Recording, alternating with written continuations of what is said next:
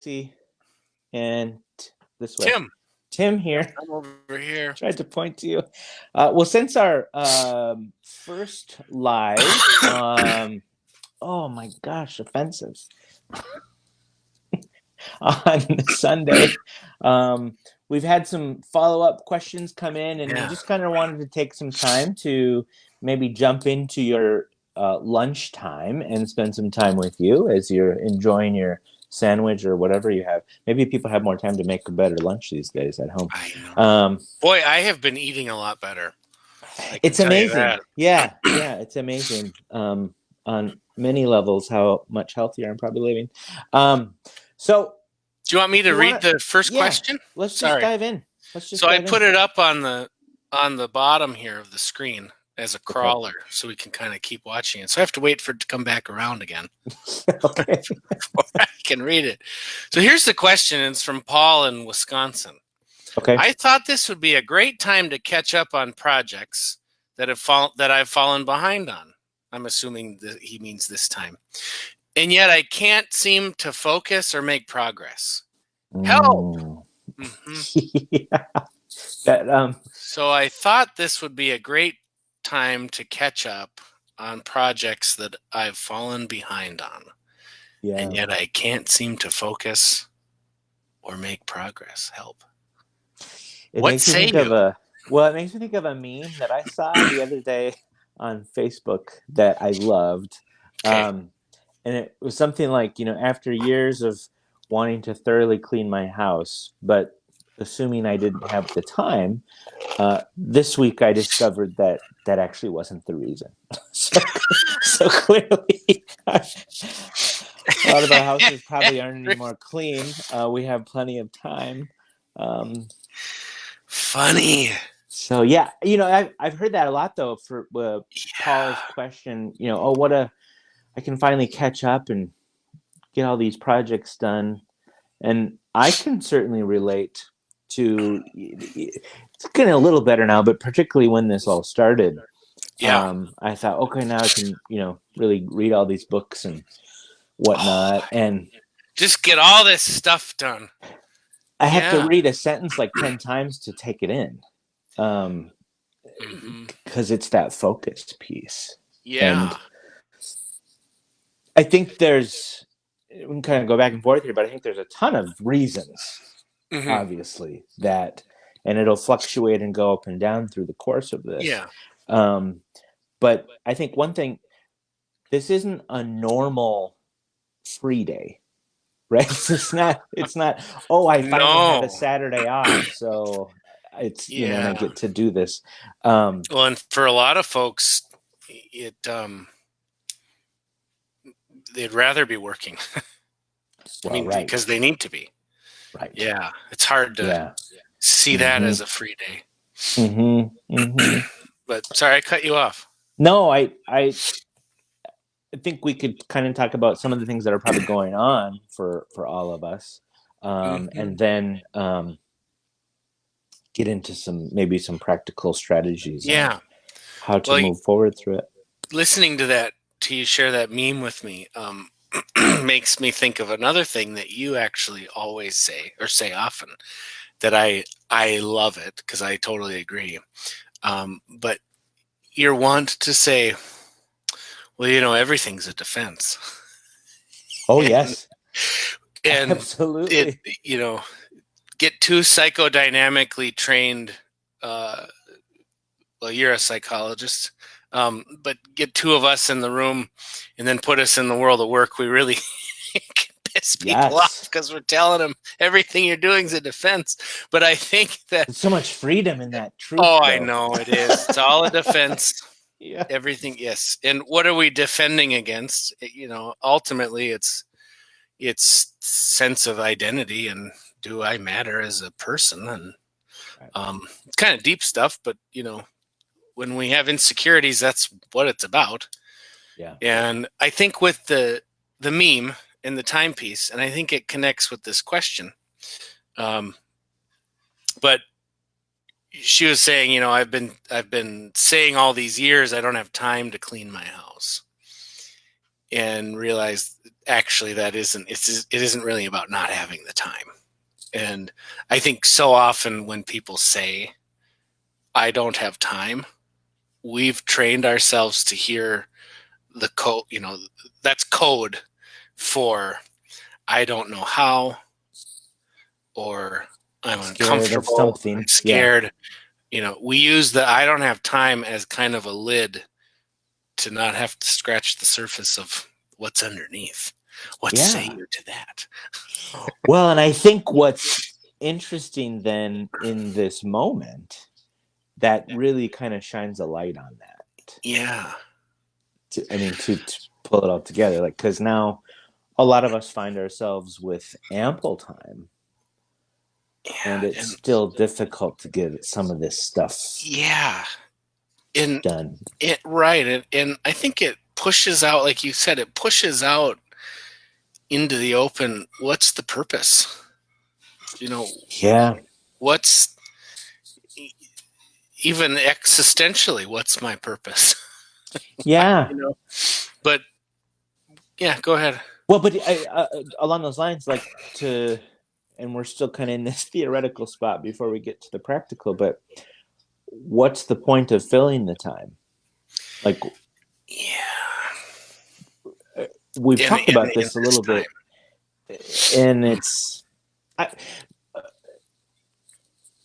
try not to go too far in the weeds on it, but there's something about this moment and the sort of forced. I'm sorry. You have the most sensitive mic. It's amazing. Oh, it's like no. amazing. You'd go crazy if we were on the other side. Well, and I'm the twitchy one. Just by nature. You can hear all of your ice crystals moving along the I'm grass. a walking Minnesota advertisement today, I can see. I'll stop with the drinking here. No, that's that's not the time to do that. Anyway. That's water. I totally forgot what I was going to say. Oh, I know. There is this thing, and I think we had talked a little bit about this on Sunday's show about, when we're on our normal routines on the conveyor belt of go, go, go, and we're in our routine and we're in our rhythm. And so much of that, the basal ganglia is we're just acting. Yeah. We're not necessarily thinking about it. And the basal ganglia does that for us. Right. And even those of us who do take time, or we're more naturally inclined to reflect and take time to ponder stuff, we have the luxury when we're in that flow of choosing what to reflect on, which in its sense is kind of a defense, right? We don't have time, right, to reflect on the things that are uncomfortable. So we might reflect on what did people think of me in that moment, or how was I impacting people in that moment, but maybe not what was I afraid of. Right. Or what, and it's rarely that clear in the brain. Right. I was afraid of this. But that insecurity of identity is neurologically processed the same as a physical fear. Right. And so the hardwiring takes over, and we're not going there. Yep, we're not going there. But what's interesting now is the conveyor belt for a lot of us, not necessarily everyone, but for a lot of us, it's slowed down, if not stopped. Yeah. And there's sort of a forcing of ample time to reflect and think and kind of ask really big questions. Yeah. What is all this about? Right. Why was I, maybe even to that, why have I been doing the things I've been doing? And that's one of the reasons I think, the whole idea of going back to normal here eventually, I just don't know how possible that's going to be. I don't. Maybe not back to exactly how it was. Yeah, I can't see how that's going to happen. And I don't think I'm not saying that in a bad way. I think there's profound opportunity here to really take the time to reflect on the way I was spending my time, how I was structuring my day.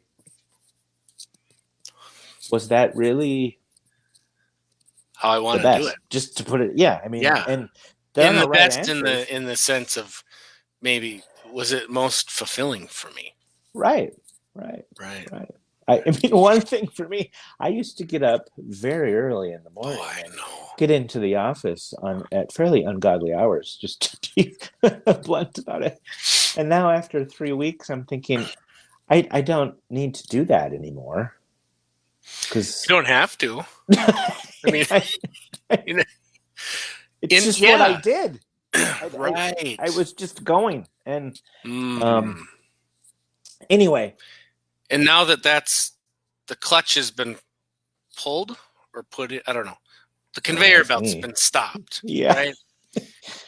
And I think Paul from Wisconsin he has a really, I think he's getting at it from his experience here. It isn't, this time is like, in one way, we really, a lot of us, not every, but we have an hour for about anything. Not right. everything, but we can take an hour for just about anything. And so I think it becomes a we're like in this spot now of how do I prioritize my Yeah, choices, right? And if the way that we had been prioritizing our choices when it was normal before this, if that was kind of uh, uh, automated, right? Now all of a sudden I have to think about the priorities and think about how I prioritize and why. Why am I choosing this and not that? kind of forced to do that. Yeah, Yeah. And and if hopefully we do it. yeah, and if I haven't had a clear why around a lot of things, now that I have these options, why do I want to catch up on those projects around the house? Or I mean, he didn't go into what they were for him, but I think the brain is in that stuck in that loop about why would I choose this or that, or, right? It's kind of Yeah. asking that question. Well, and I don't know. I think another piece of what's kind of getting in the way, if you will, kind of one of our favorite phrases right now, and I kind of been observing this recently in conversations. Um, there's sort of an evolution of this experience, right? So in the early days of this, it was more of a shock and paralysis and a lot of fear, a lot of uncertainty.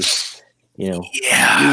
while that hasn't completely gone away, Right. it's the novelty of a lot of this is Yes. settled down a little bit. But now I think what's going Yeah. on is, we have this assumption that this is a temporary experience, Yeah. which, Well, yeah, it it is. is, it is, but we have no idea how temporary, Right. right? I mean, it's probably not going to end tomorrow, but it could be, quite frankly, several more weeks or even months. And so I think now what people are sitting with is, okay, do I kind of lay low and wait for this to pass and then really roll up my sleeves and get back to normal? Or do I really dive in and embrace, this new Right. way of being? And I think there's some ambivalence at best, probably even some conflict internally. Which way do I go? What do Do I I do? just, Yeah. yeah, um, It kind of makes me think of in college, uh, my college basketball coach in the fall training camp. I think it was second year, but he had us do these wall sits. ooh, So what I'm talking, like what I could show you because we're on video, but no, I know what you you mean. sit up against the wall, and so your quads are engaged. Hmm. This drove me nuts. He said, "Do it until I say stop." Yeah, right. That hooks right into that anti-dutifulness or Yes. trait for me. It says who? Well, Because it's clearly it's the you don't have control. yeah. You give control up. Yeah. But I think what it makes me think of this time is, in a lot of ways, we're kind of in this state that we can sort of sit, right? We can do that posture. We can do life this way. Yeah. So it's doable, but it's very uncomfortable. And how long is this going to be like this, right? Yeah. And I can relate to it. Like, how do I give up control? Like, I don't want to do that, Right. And so I think we kind of are all psychologically sitting in that place a little bit. Yeah. And it's I think we've probably said it too many times, but it's okay to not be okay.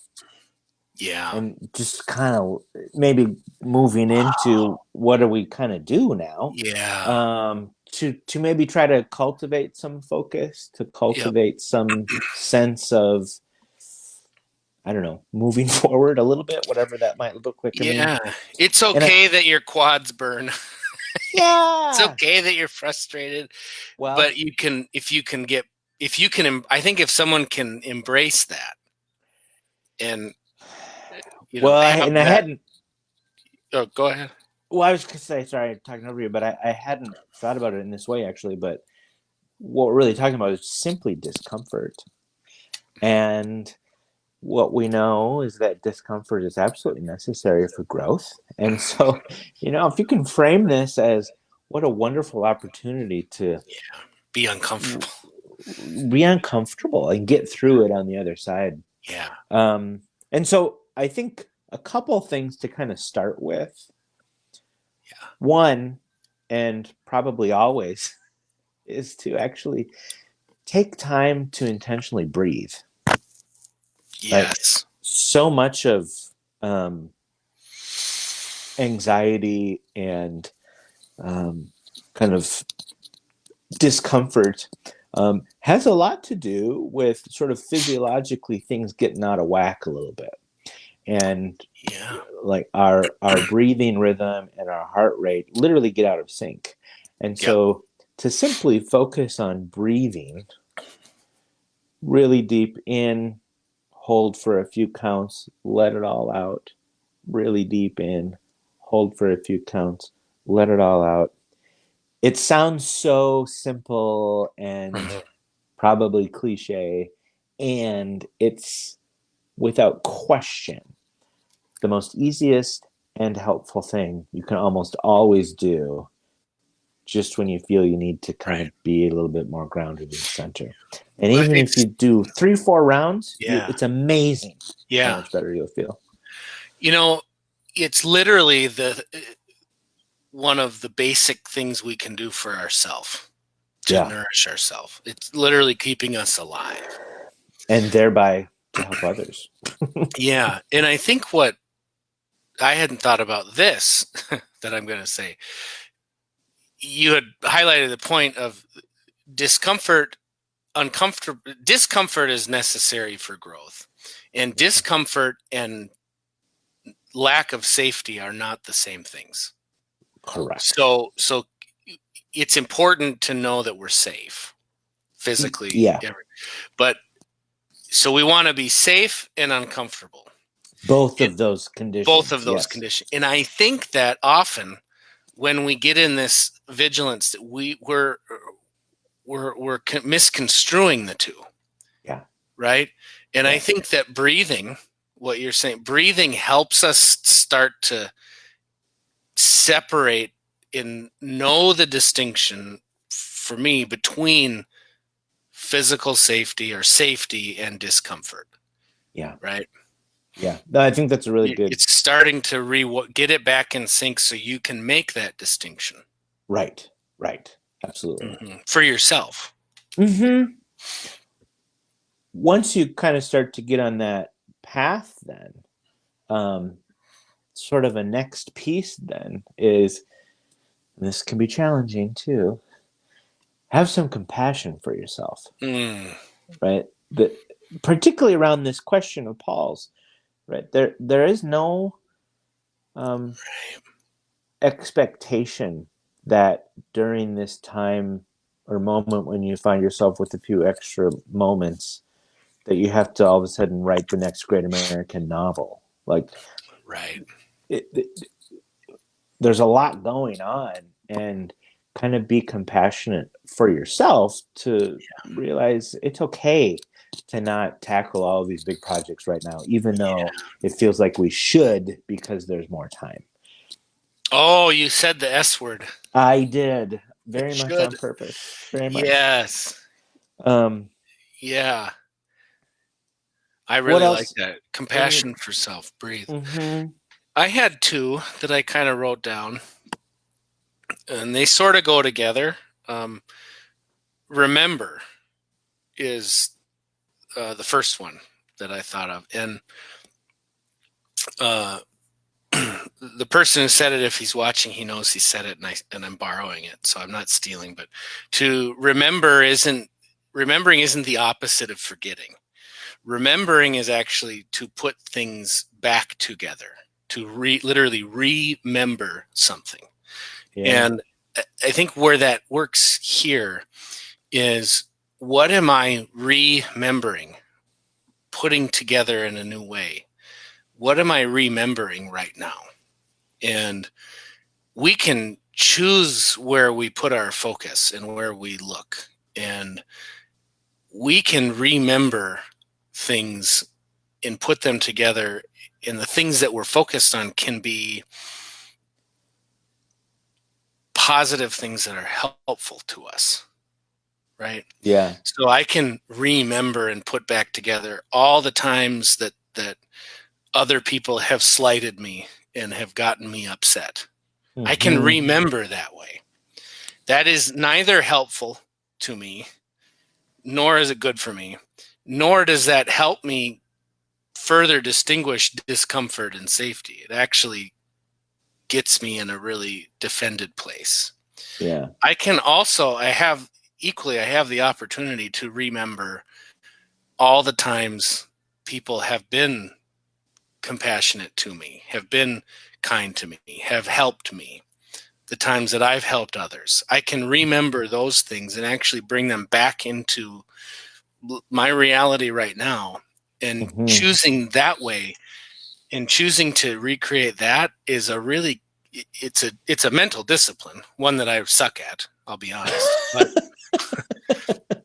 But when you get there, you see a different world than when you think the other way. It's sort of a form of pronoia.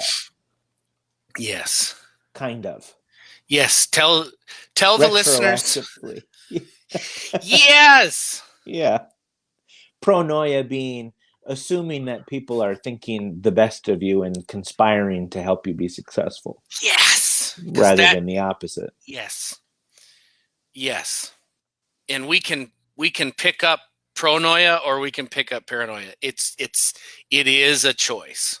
Yeah. And it's not easy, but it is that simple choice. Yeah. And so what do I remember is kind of that first one. With that, the next thing, looking into the future, is encourage. Yeah. And who can I go encourage? Yeah. Right. And again, it seems simple, but who can I go encourage and give courage to? Right. You know what I kind of like about that is the as we've been working on writing our book A Deeper Way, a lot of these concepts kind of come up in there. And, as you're writing, you kind of relearn things on another level yourself. Mm-hmm. And I've been writing a lot on the others awareness section right now. And it's amazing how I'm realizing in that when you do put energy into others, which would be encouraging someone else. Yeah. One byproduct of that is it gets you out of your head. Yeah. Right. And so in this moment, for Paul's question, if we're kind of sit there and spinning and we can't focus, Yeah. right? Sometimes, not always, a way to just break that cycle is to put energy into someone else. Yeah. Yeah. And by encouraging them. Yeah. Yeah.